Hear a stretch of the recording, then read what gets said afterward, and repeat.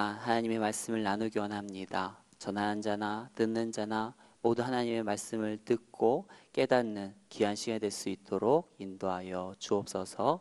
우리를 구원하신 예수님의 이름으로 기도합니다. 아멘.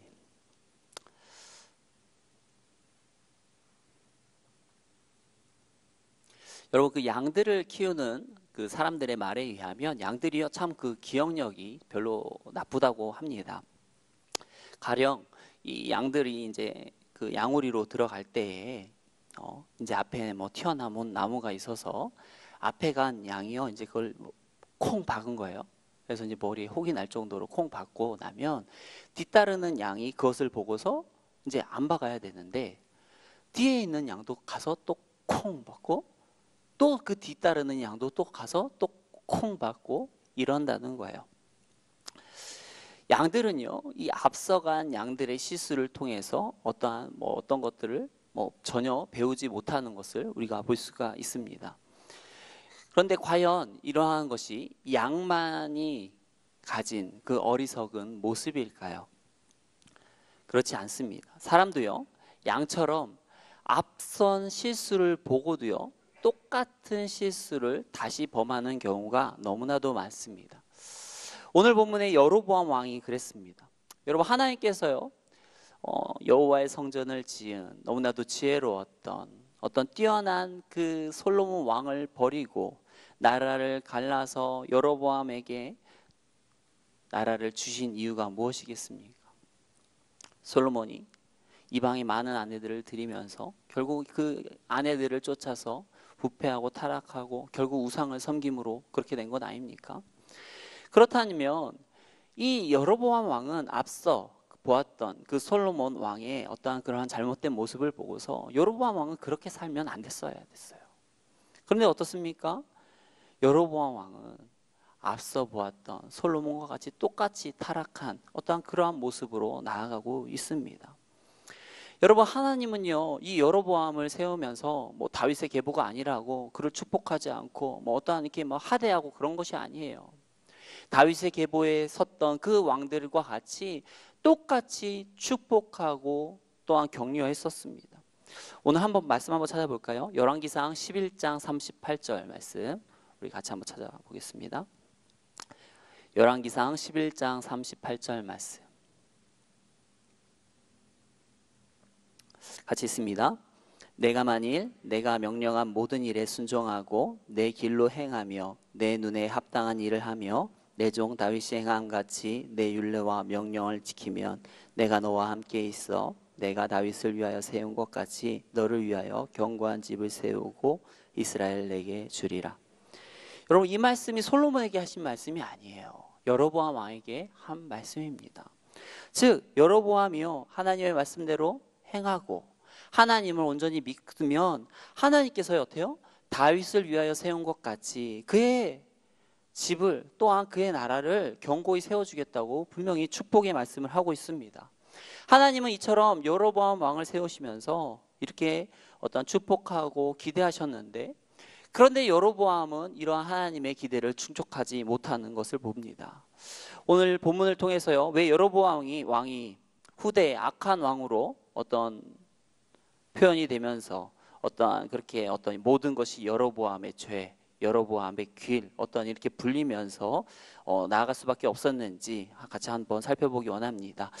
오늘 보면 열왕기상 12장 25절 말씀 12장 25절 말씀 우리 같이 한번 읽겠습니다. 여로보암이 에브라임 산지에 세겜을 건축하고 거기서 살며 또 거기서 나가서 분우엘을 건축하고.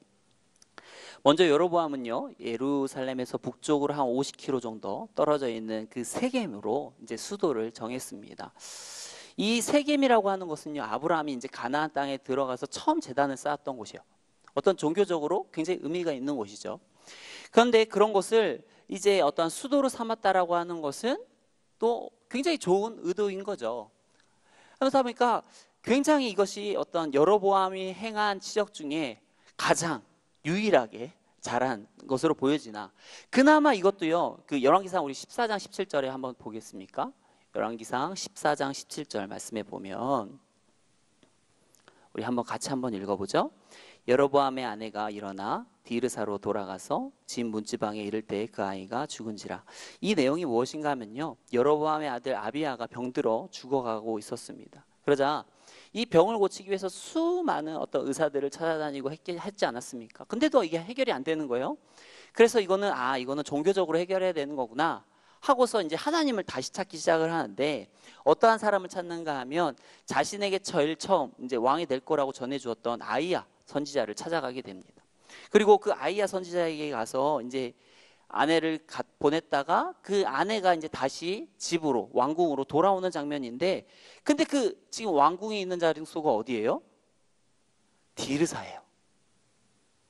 세겜이 아니고 디르사인 걸 볼 수가 있습니다.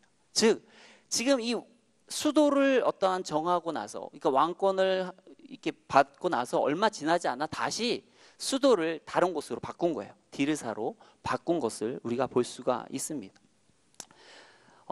이처럼 뭐 그나마 좀 잘했던 것도 이렇게 금방 또 목숨을 바꾼 것을 우리가 볼 수가 있어요. 자, 26절, 열왕기상 12장 26절, 27절 우리 계속해서 한번 살펴보죠. 그의 마음에 스스로 이르기를 나라가 이제 다윗의 집으로 돌아가리로다.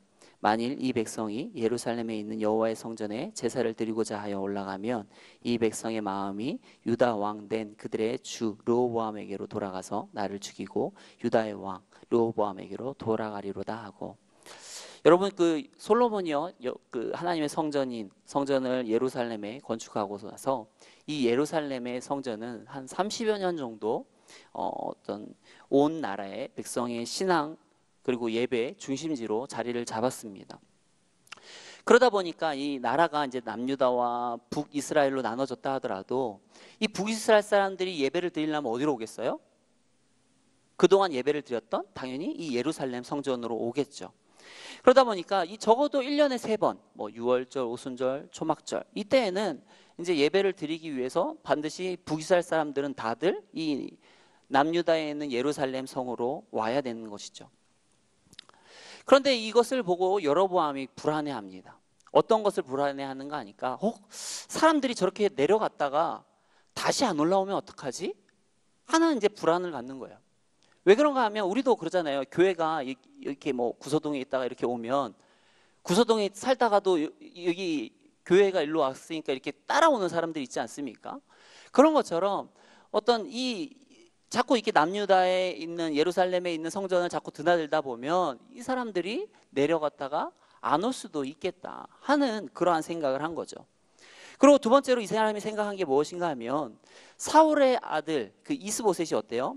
북이스라엘을 다스릴 때 자신의 두 장군에 의해서 죽임을 당하지 않습니까? 그런 것처럼 나도 어떤 이 사람들에 의해서 죽임을 당하진 않을까 하는 그 두려움이 이제 생기게 돼요. 그러면서 내가 이대로 가만히 있으면 안 되겠다. 이걸 가만히 두고서는 분명히 이걸로 인해서 큰 문제가 생기겠다 하고 뭔가 해야겠다라는 결심을 하게 됩니다.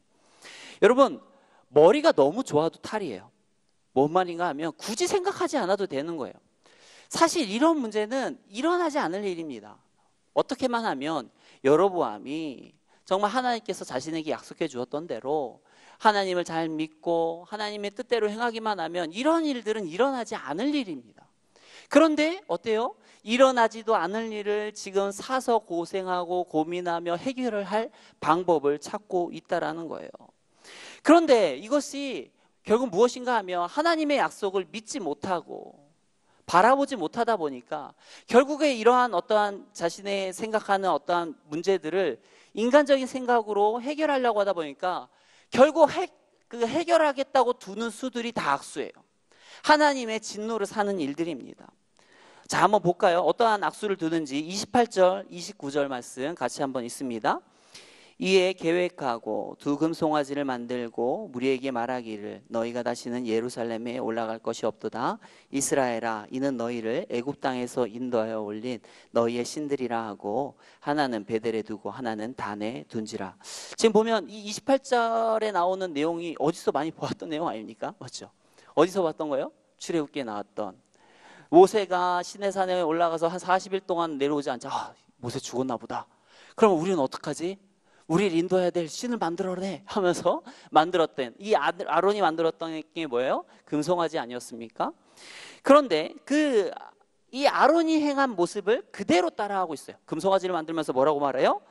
야, 이것이 너희를 애굽 땅에서 인도해낸 신이라, 하나님이라 하면서 이 금송아지를 믿어라 라고 말하고 있어요. 그러면서 이 여로보암은요, 이 아론보다 한술 더 떠요. 아론은 금송아지를 한 개 만들었는데 이 왕은 지금 금송아지를 몇 개 만들었습니까? 2개나 만들고 있죠. 여러분, 이러한 모습은요, 지금 10계명 1계명과 2계명을 위반하고 있는 것입니다. 여러분, 10계명 1계명이 무엇입니까? 다른 신을 섬기지 말라. 즉 뭐냐면 예배의 대상을 똑바로 하라는 겁니다. 즉 하나님 외에 다른 신들, 즉 사람이 만든 신, 어떤 하나님의 피조물을 어떤 신으로 부르는 행위를 하지 말라는 것입니다.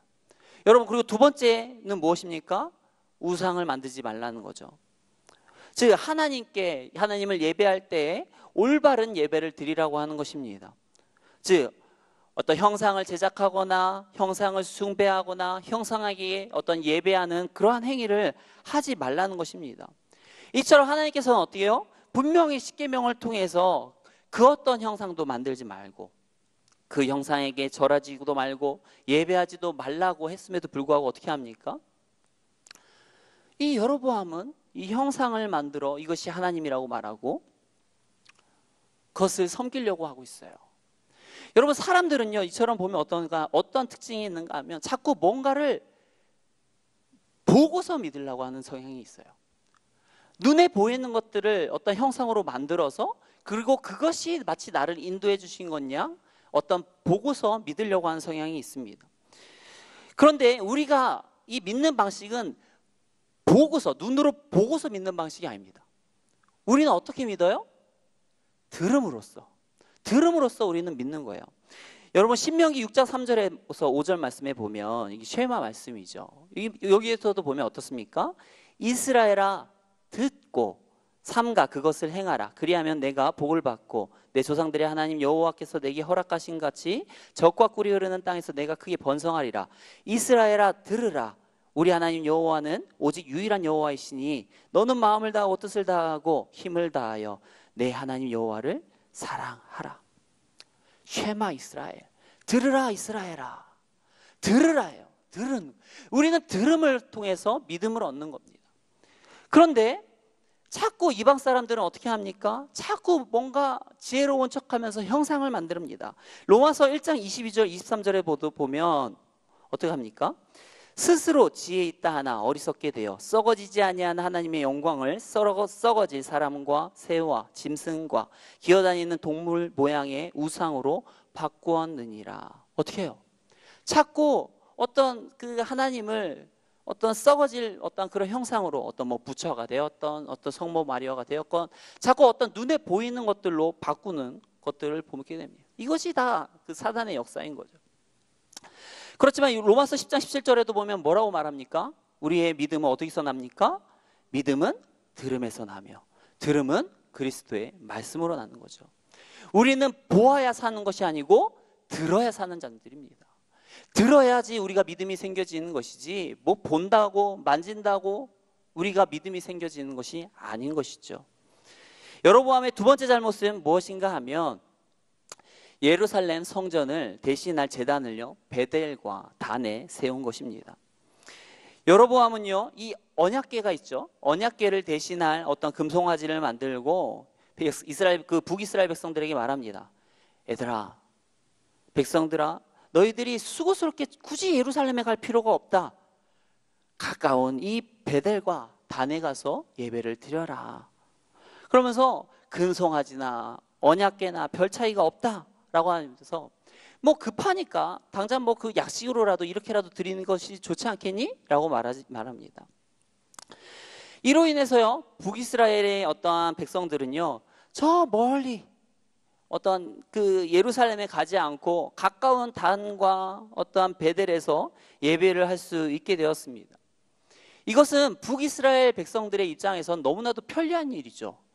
원래 뭐 예루살렘까지 갔다 오려고 하면 뭐 왕복해갖고 한 일주일씩 갔다 와야 되는데 그런데 이거를 가까운 뭐 하루길밖에 안 되는 뭐 베델이나 어떤 뭐 다네가나 이런 데로 가서 예배를 드린다고 하니 그래도 된다고 하니까 그러면서 많은 사람들이 다 그렇게 가니까 오 좋죠. 일주일 걸릴 거 하루길밖에 안 되는데 일주일이 걸린다는 건 그만큼 많은 여행비나 어떤 돈이나 어떤 이런 시간적 에너지를 모든 것들을 다 소비해야 되는데 그러지 않아도 되니까 얼마나 편하겠습니까? 그러나 이러한 일들은 어떤 것을 거스르는 겁니까? 하나님의 말씀을 거스르는 거였어요. 일찍이 하나님은요 어떻습니까? 이스라엘 백성들이 이 광야 생활을 할 때부터 이미 벌써 모세를 통해서 경고의 말씀을 주셨습니다.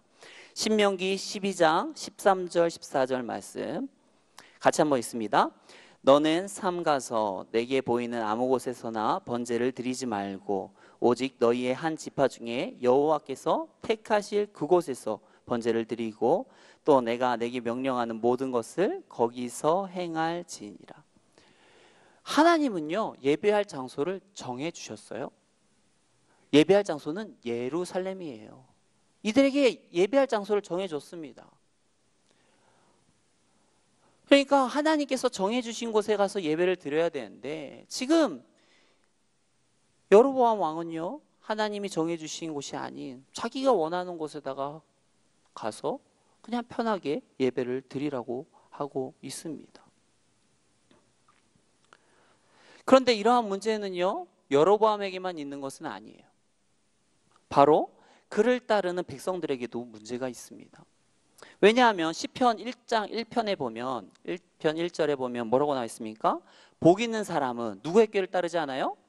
악인의 꾀를 따르지 않는다고 그랬어요. 여러분 하나님의 사람, 기도하는 사람, 성령의 사람들은 이것을 딱 들으면 알죠. 아 이것이 하나님이 기뻐하시는 일이구나.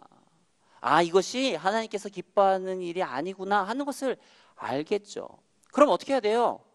하나님이 기뻐하는 일이면 따르겠지만 하나님이 기뻐하는 일이 아니면 이걸 따르면 안 되는 거예요. 이것이 아무리 왕이 말한다 할지라도 아무리 그것이 대통령이 말한다 할지라도 이것이 하나님이 보시기에 기뻐하는 일이 아니라고 한다면 그것을 따르면 안 되는 거예요. 그런데 어떻습니까? 이스라엘 백성들은 그대로 여지없이 여로보암의 명령을 따르고 있어요. 왕이 한 말이니까 다른 사람들이 다 그렇게 똑같이 따라하고 있으니까 무엇이 옳은지 무엇이 그른지 분별하지 않고 그냥 왕이 하랬으니까 많은 사람들이 또 그렇게 또 따르고 있으니까 그렇게 해도 되나 보다 하고 지금 그렇게 따르고 있는 모습인 것입니다.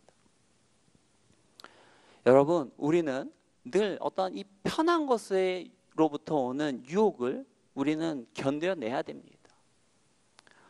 오늘날도 어떻습니까? 참으로 이 코로나로 인해서 많은 어떤 편안함의 어떤 위협들이 있죠. 사실 많이 유혹을 합니다. 아 오늘 예배를 가야 되는데 몸도 안 좋고 하는데 어떻게 할까 할 때 온라인으로 그냥 예배를 편하게 드리자. 편하게 드리자 하는 이런 것들이 다 위협이 되는 거예요. 에이 뭐 지금 이렇게 뭐 어디에 확진자도 많이 나오고 막 이러는데 우리 그 현준이 학교에도 보면 이제 첫째 학교에도 보면 이번에 또 얼마 전에 확진자가 나왔더라고요. 그래서 갑자기 또 학교에서 또 왔어요. 이제 6학년 중에 이제 확진자가 나왔다는 거예요. 그런데 또 이 학생들이 그래도 또 있잖아요. 학교에서 또 식사도 하긴 하지만 이 마스크를 잘 써서 그런지 그 같은 학년에 다 반 조사를 해도요 확진자가 뜨지는 않더라고요. 네. 우리가요 이렇게 모여서 예배를 드리는 데 있어서요 마스크 잘 쓰고 손소독하고 방역수칙만 잘 지켜서 하면은 얼마든지 안전하게 드릴 수 있어요. 우리가 그냥 어떤 편안함의 유혹 속에 사로잡혀서 자꾸 예배에 나오는 것을 멀리하면 우리가 우리의 신앙을 온전히 지키고 나아가기가 쉽지가 않습니다. 우리 솔직히 온라인으로 예배 드리는 거 쉽지 않아요. 집중이 그렇게 되지 않습니다. 우리의 마음과 뜻을 다해서 하나님께 전적으로 예배하며 나가는 것이 쉽지가 않아요. 이럴 때일수록 우리가 편안함으로의 유혹으로부터 우리가 오히려 또 경계하면서 더 열심히 하나님께 나아 예배해야 될 줄 믿습니다. 또한 여로보암의 이 세 번째 잘못은 무엇인가 하면 여로보암이요, 이 베델과 단에 제단을 쌓고 뭐 금송아지를 만드는 것만으로도 부족했는지 한술 더 뜨기 시작합니다. 31절 말씀입니다. 우리 같이 한번 읽습니다. 그가 또 산 땅들을 짓고 레위 자손 아닌 보통 백성으로 제사장을 삼고, 지금 보면 제사장을 누구로 삼고 있습니까? 보통 백성들로. 보통 백성들로.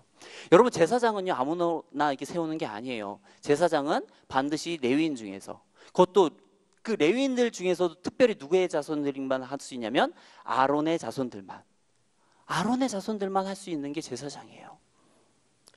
또 그 어떤 제사장이 하는 어떤 성소에 들어와서 하나님을 섬기는 일들은요 아무나 들어올 수가 없습니다. 그 성소에는요 레위인도 함부로 들어왔다가는 죽어요. 하나님의 심판을 받습니다. 그런데 지금 여로보암을 누구를 지금 제사장으로 삼고 있습니까? 보통 사람들, 일반 사람들을요. 여로보암이 제사장을 어떻게 뽑는가 보니까요, 역대하 13장 9절 말씀에 보면요, 우리 같이 한번 읽어볼까요? 너희가 아론 자손이 여호와의 제사장들과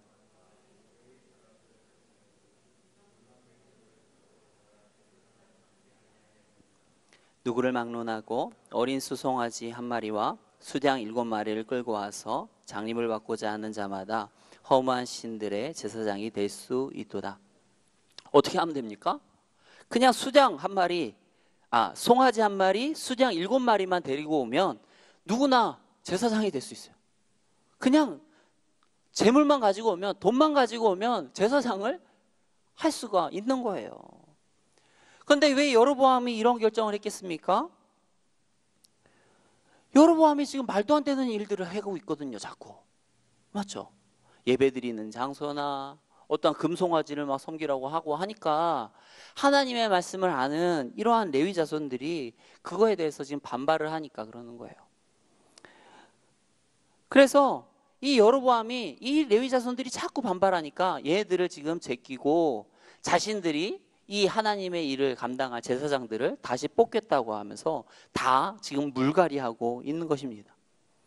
지금 거기다가 여로보암은요 제사장뿐만이 아니고 예배를 드리는 절기마저 자기 마음대로 바꾸고 있습니다. 33절 말씀 같이 한번 읽습니다. 그가 자기 마음대로 정한 달 곧 8째 달 15째 날로 이스라엘 자손을 위하여 절기로 정하고 베델에 쌓은 제단에 올라가서 분향하였더라. 아멘. 여러분, 이스라엘에서는요 7월 15일인 이 초막절이 굉장히 중요합니다. 그런데 이 굉장히 중요하게 여기는 이 초막절을요 8월 15일로 자기 임의대로 명절의 날짜를 바꿉니다. 그리고 나서는 이 마지막에 누가 제사를 드리고 있습니까? 33절 마지막에 보면 누가 지금 제사를 드리고 있어요? 여로보암 왕이 스스로 올라가서 제사를 드리고 있는 것을 볼 수가 있습니다. 이처럼 여로보암 왕은 지금 어떻게 하고 있습니까? 하나님께서 예배하도록 하신 어떠한 절기, 어떤 제사장, 어떤 뭐 방식, 대상, 이런 모든 것을요 다 지금 엉망으로 자기가 정말 자기가 원하는 대로 다 바꾸어 놓는 것을 볼 수가 있습니다. 그런데 여로보암이 이렇게 어마어마한 일들을 지금 하고 있는데 이렇게 시작하게 된 계기가 무엇입니까? 가장 처음으로 되돌아와서 이러한 계기를 하게 된 게 뭐였어요? 결국 하나님께서 하신 말씀, 너가 하나님의 말씀을 듣고 하나님 말씀대로 행하면 내가 다윗의 자손에게 부어줬던 어떤 그런 축복을 너에게도 부어주겠다 했던 이 약속을 불신한 데서, 믿지 않는 데서부터 나타난 거죠. 그러면서 모든 자신들에게 어떤 자기가 생각하는 모든 위협되는 상황들을 자기 스스로 해결하고자 이렇게 모든 것들을 자기 마음대로 엉망으로 만들어 버린 것입니다. 이처럼요 이렇게 엉망으로 만들어 버린 어떠한 이러한 모습들을 가지고 이것을 예배라고 할 수 있겠습니까? 하는 모습을 보면 비슷해 보여요. 맞죠? 비슷해 보여요. 뭐 예배도 비슷하게 드리는 것 같고 어떤 제사장도 있는 것 같고 또한 어떤 뭐 절기도 있어가지고 절기도 지키는 것 같고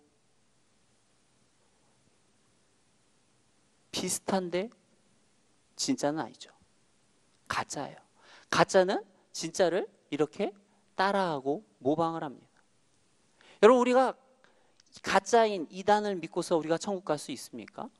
하나님께 우리가 그러한 이단의 어떤 예배를 동일하게 참여하고서 하나님께 이것이 우리가 하나님께 예배를 드렸다라고 했을 때 하나님께서 그래 너 예배 잘 드렸다라고 인정받을 수 있겠습니까? 여러분, 잘못된 것은요 하나님께 인정받을 수가 없어요. 여러분, 우리가 경건의 모양은 있어도 어떻습니까? 경건의 능력을 부인하는 자가 되어서는 안 됩니다. 여러분, 아나니아 삽비라가 죽은 이유가 무엇입니까? 헌금을 안 해서 죽었어요? 아니죠. 가식적인 헌금을 드리다가 죽은 것 아닙니까? 똑같은 헌금을 드렸다고 해서 되는 것이 아니라 얼마나 우리가 신령과 진정으로 우리의 마음을 다해서 예배를 드리느냐가 더 중요한 것입니다. 그렇기 때문에 우리가 하나님이 보시는 이 거룩이라고 하는 것이 무서운 거예요. 우리의 마음과 중심을 너무나도 보기 때문에 저와 여러분들이 하나님을 예배하는 데 있어서 경건의 모양만 가지고 마시고 정말 온전히 하나님이 원하는 영과 진리로 예배를 드리며 나아가는 저와 여러분들이 되길 축원합니다. 이처럼 여로보암이 계속해서 엉망으로 예배를 망치고 또한 막 이렇게 절기를 마음대로 망치면서 막 나아가니까 하나님께서 선지자를 보내서 이제 막 경고하기 시작을 합니다. 열왕기상 13장 2절 3절 말씀 우리 한번 같이 한번 읽습니다. 하나님의 사람이 제단을 향하여 여호와의 말씀으로 외쳐 이르되 제단아 제단아 여호와께서 이와 같이 말씀하시기를 다윗의 집에 요시아라 이름하는 아들을 낳으리니 그가 내 위에 분향하는 산당 제사장을 내 위에서 제물로 바칠 것이요 또 사람의 뼈를 내 위에서 사르리라 하셨느니라 하고 그날에 그가 징조를 들어 이르되 이는 여호와께서 말씀하신 징조라 제단이 갈라지며 그 위에 있는 재가 쏟아지리라 하매.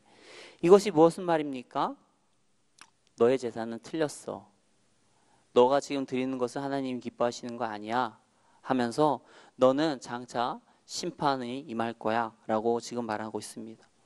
그러면서 내가 너를 세우긴 했지만 너는 진정한 왕이 아니야. 내가 진정한 왕이 이제 나타날 건데 그가 누군가 하면 바로 다윗의 계보에서 나오는 요시아라고 하는 왕이야 하고서 그 왕, 하나님이 기뻐하시는 왕의 이름까지도 지금 말씀해 주고 있습니다. 그리고 이것이 확실히 임할 것이라는 그 표적도 함께 보여주시고 있는데요. 여러분, 하나님께서 지금 말씀하시는 이 요시아 왕이 언제 나오는 왕입니까? 이 열왕기하에 보면 22장에 나오는 그쯤에 나오는 왕이에요. 22, 23, 24 막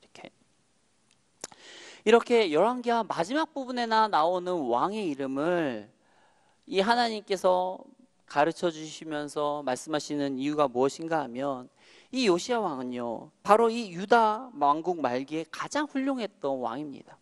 그리고 금송아지 우상들을 타파했던 하나님의 뜻대로 정말 살아갔던 왕이었던 것이죠. 즉 이것을 이야기하면서 다시 이야기하는 거죠. 야 여러분, 네 예배 이거 잘못된 거야. 그거 내가 원하는 방식이 아니야. 고쳐 라고 이야기하는 것이죠. 그러나 이러한 선지자의 경고를 듣고도요 여로보암은 자신의 죄를 깨닫지 못합니다. 그러면서 선지자를 대적하려 듭니다. 그러면서 손을 들어서 딱 말해요. 저를 잡으라. 선지자 저를 잡아 하고 딱 잡았는데 하나님께서 이 내민 손을 들어서 너무나도 또 분노를 하신 거죠. 그리고 이 손을 갖다가 바로 말라버리게 합니다. 그래서 손을 뻗었는데 이제 접고 싶은데 접지 못하는 거예요. 말라버렸어. 딱 하고 손이 말라버리니까 갑자기 당황합니다. 그러면서 갑자기 손이 말라버리니까 선지자에게 이 손이 말라버린 것을 다시 돌아올 수 있게 기도해달라고 요청을 하죠. 그리고 하나님의 선지자는 이 손이 돌아올 수 있도록 기도하고 다시 손이 돌아옵니다. 만약 이러한 것들을 경험했다면 어떻게 하는 것이 정답일까요? 회개해야죠. 이렇게까지 내 손이 막 말라지고 다시 돌아오고 하는 것들을 보면 아 진짜 하나님이 살아있구나, 하나님께서 내게 하시는 일들이 진짜구나 라는 것들을 깨달으면서 하나님이 원하시는 대로 자신의 어떠한 목회라든지 그 왕정이라든지 이런 모든 종교로 바꿨던 모든 것들을 다시 원래대로 바꿔야 되는데, 그런데 지금 깨닫지를 못하는 거예요. 비슷한 상황에서 다윗은 어떻게 합니까? 철저하게 금식하면서 회개하며 나갔잖아요. 그런데 이 여로보암은 그냥 이 내 손이 말라버렸으니까 그것으로 인해서만 비명을 지르며 고쳐달라고 할 뿐 더 이상 회개하며 나아가지 않습니다. 그리고는 오히려 하나님의 능력을 깨닫지 못하고요, 오히려 선지자를 계속 매수하려고 듭니다. 그런데 하나님께서는요, 이런 여로보암의 이런 제안을 미리 아시고 선지자에게 이러한 지침을 미리 주셨어요. 열왕기상 13장 9절 말씀입니다. 우리 한번 같이 읽어보죠. 이는 곧 여호와의 말씀이 내게 명령하여 이르시기를 떡도 먹지 말며 물도 마시지 말고 왔던 길로 되돌아가지 말라 하셨음이니이다 하고. 어떤 거예요? 이렇게 왕이 이렇게 잡고 너 먹고 가, 내가 뭐 돈도 줄게 하면 그렇게 놀아나지 말라는 거죠. 내가 명한 그 말만 딱 전하고 오라고 분명히 하나님께서 말했다고 말씀을 하고 있습니다. 그런데 그 뒤에 내용이죠. 오늘 우리가 이제 읽지는 않았던 그 내용, 11절에서 뭐 32절에 나오는 내용들, 아마 성경을 읽으신 분들은 많이 알 겁니다. 근데 이러한 내용을 읽으시면서 이 어떤 이 젊은 선지자와 이 늙은 선지자의 어떤 이 내용들을 읽으면서 왜 하나님께서 이렇게까지 하시지? 좀 왜 하나님께서 분명히 이 늙은 선지자를 통해서 속아서 그런 건데, 지금 늙은 선지자가 이 젊은 선지자를 속이지 않습니까? 내가 천사를 통해서 들었는데 야 여기서 먹고 가도 된대, 먹고 가 해고 먹고 갔다가 어떻게 된 거예요? 하나님이 심판을 받아서 죽잖아요. 왜 하나님께서는 자기가 그런 것도 아니고 일부러 그러는 것도 아니고, 그것도 선배가 얘기하는데 선배가 그것도 그렇게 들었다고 하는데, 그래서 그렇게 한 건데 왜 하나님께서는 이 젊은 선지자를 이렇게 심판하여 죽이는 걸까? 저도 참 이해가 안 돼서 이제 오늘 요번에 이제 말씀을 준비하면서 열심히 찾아봤는데, 근데 그것이 무엇인가 하면 결국은 이러한 젊은 선지자의 어떠한 상황이나 이런 것들을 또 여로보암이 듣는 거죠. 그러면서 하나님께서는 이 젊은 선지자의 사건을 들어서 여로보암에게 경고를 하는 겁니다. 야, 하나님의 선지자도 하나님의 뜻대로 안 하니까 어떻게 됐어? 죽었어. 심판받아 죽었어. 너도 마찬가지야. 하나님의 뜻대로 하지 않으면 이렇게 젊은 선지자처럼 너도 죽게 될 거야. 빨리 너의 행동 고쳐. 이렇게 하나님께서 이 젊은 선지자를 통해서 지금 여로보암 왕에게도 경고의 메시지를 전해주고 있는 것입니다. 이렇게 하나님께서 경고의 메시지를 줌에도 불구하고 여로보암은 어떻게 합니까? 33절, 34절 말씀 우리 한번 같이 한번 읽습니다.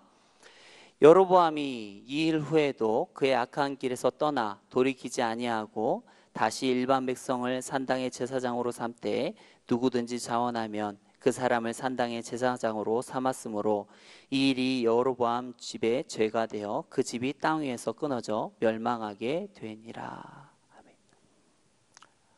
여로보암이 끝내 돌이키지 않고 하나님의 멸망을 받는 어떠한 모습이 나타나죠. 하나님께서는요,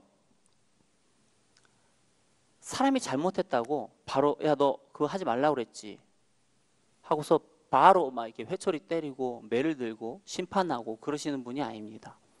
수차례 경고를 하세요. 그거 안 돼. 내가 그것도 아니라고 그랬잖아.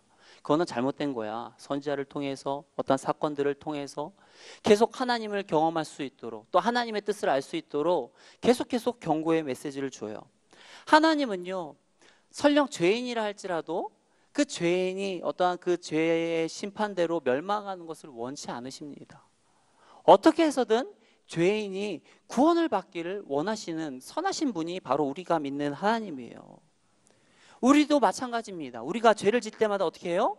하나님은 경고의 메시지를 보냅니다. 그렇게 하면 안 돼. 그렇게 하면 안 된다니까. 여러분, 저와 여러분들이 하나님께서 보내시는 어떠한 경고의 메시지, 때로는 징계의 매를 들 때도 있겠죠. 그럴 때 우리가 하나님의 뜻이 무엇인지 온전히 깨닫고 하나님의 뜻대로 돌이켜서 회개하며 살아가는 저와 여러분들의 삶이 되길 축원합니다. 오늘 말씀을 통해서 한번 나를 되돌아봤으면 좋겠습니다. 혹 나는 하나님께서 징계를, 하나님께서 싫어하는 일들을 여전히 내 삶 가운데 자행하고 저지르며 날아가고 있지는 않은지 저와 여러분들이 되돌이켜 보시면서 정말 하나님이 원하는 인생으로, 하나님이 원하는 모습으로 살아가는 저와 여러분들의 삶이 되길 축원합니다. 이 시간 우리 같이 기도하기 원합니다. 같이 기도할 것은요, 우리 안에 죄악된 모습들 버리게 하여 주옵소서. 이것이 죄인 줄 알면서도 죄와 함께 하고 있는 나의 모습이 있지 않습니까? 그런 죄악된 모습을 버리고 하나님이 원하시는 모습으로 우리가 온전히 거룩하게 살 수 있도록 이 시간 같이 기도하며 나아가도록 하겠습니다. 같이 기도합니다. 사랑과 은혜가 많으신 하나님, 우리를 붙드시기 원합니다. 우리가 하나님이 원하는 거룩한 모습으로 살기 원합니다. 하나님이 우리를 붙들어 주시옵시고 우리의 죄악된 모습 버리고 하나님의 뜻대로 살아가는 자들이 될 수 있도록 인도하여 주시옵소서. 우리에게 더욱더 하나님을 믿는 믿음을 더하여 주시옵시고 하나님의 뜻대로 행할 수 있는 또한 아버지의 능력을 허락하여 주시옵소서. 성령 하나님, 우리를 주장하시며 인도하시며 가르치시며 우리를 붙들어 주시옵소서. 어떠한 상황 속에서도 타협하지 아니하며 아버지 하나님, 편안함의 유혹 속에서도 넘어가지 아니하며 먼저 여호와의 말씀을 온전히 바른 길로 지키며 나아갈 수 있도록 인도하여 주옵소서. 우리를 구원하신 예수님의 이름으로 기도합니다. 아멘.